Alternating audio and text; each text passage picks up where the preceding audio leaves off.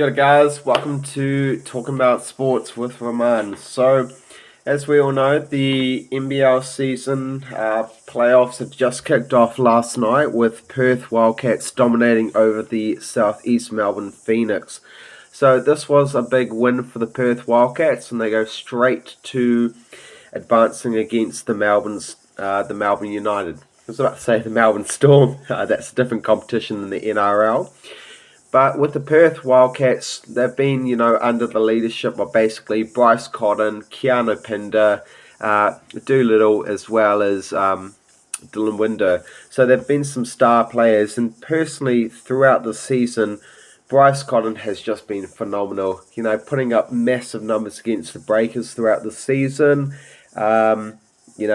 He's just phenomenal, and being a Breakers fan throughout the season and him dominating against us and almost scoring, I believe he almost scored 50 points or so against us at some point in the season. And it was a tough watch, but seeing a player of that caliber leading his team, just dominating throughout the whole court structure, that's where the leadership is. And I personally feel that if Perth are going to get up against Melbourne United in the semis, they're going to have to rely on their number one player being Bryce Cotton. And he'll be actually gunning for the finals MVP this season. So I'm picking it now that Perth and the Illawarra Hawks in the final. So it's also really interesting to see the finals format for the NBL. So the loser of the Perth Wildcats game, as well as Southeast Melbourne Phoenix, takes on the winner of the Sydney Kings versus Adelaide 36ers. So that's going to be a really interesting game to see what happens there. Personally, I have always had a soft spot for the Sydney Kings. That's just only because I've been to Sydney in the past and I love the place. So yes, I will be rooting for Sydney against the 36ers, against the Montrezl Harrell. The outfit with Montrezl Harrell with the 36ers. Yeah, it's been a tough season for them, but they managed to clinch their way to get the 6th spot. And so they will be, having a tough ask against the Sydney Kings. And for that particular game, I personally see the Sydney Kings getting up and facing the Southeast Melbourne Phoenix in the play-in game to see who faces the Illawarra Hawks in the semis. So yeah, Perth advancing straight to the semis against Melbourne, and the winner of the Sydney Kings and 36ers game will take on the Southeast Melbourne Phoenix. So my overall prediction is that I still personally think the Illawarra Hawks are going to win the title. I mean, Tyler Harvey has been just fantastic. Justin Tatum as the coach for the Illawarra Hawks.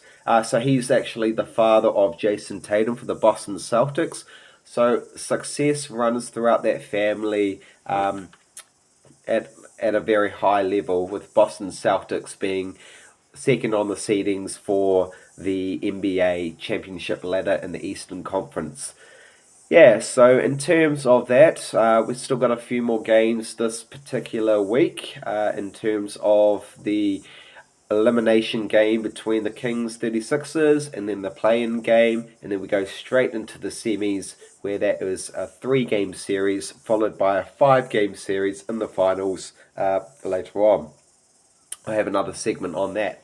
So yeah, I just want to get your views and opinions on who you personally think will take the title out this year, this particular season. And I also want to get your views on what you feel the structure of the NBL playoffs format is like. So 3 playing 4, 5th playing 6, etc. So should it be, the first 2 teams go straight to the semis, and then the play-in you have 3 teams from 3 down to 6. Should it be 3rd versus 6th, 4th versus 5th, or should it stay what it remains at should it stay at what it remains right now, 3rd playing 4th, 5th playing 6th? So yeah, just let me know in the comments, etc. But yeah, my standout teams that I'm personally hoping for a good finals structure is that I do not want Melbourne United in the final. Personally, it would be great to see an underdog team like the 36ers or the Kings take it out. But, the Illawarra Hawks winning the irregular season minor premiership, and it's been 24, almost 24 seasons since they last won their first NBL championship in 2001. So, yeah, the record is basically there for the making, and they can win their second championship this season if they can defeat the winner of Melbourne United and Perth Wildcats. So that's basically set up for the final structure there. So we'll see what happens in terms of that. Yeah, cool. Thanks.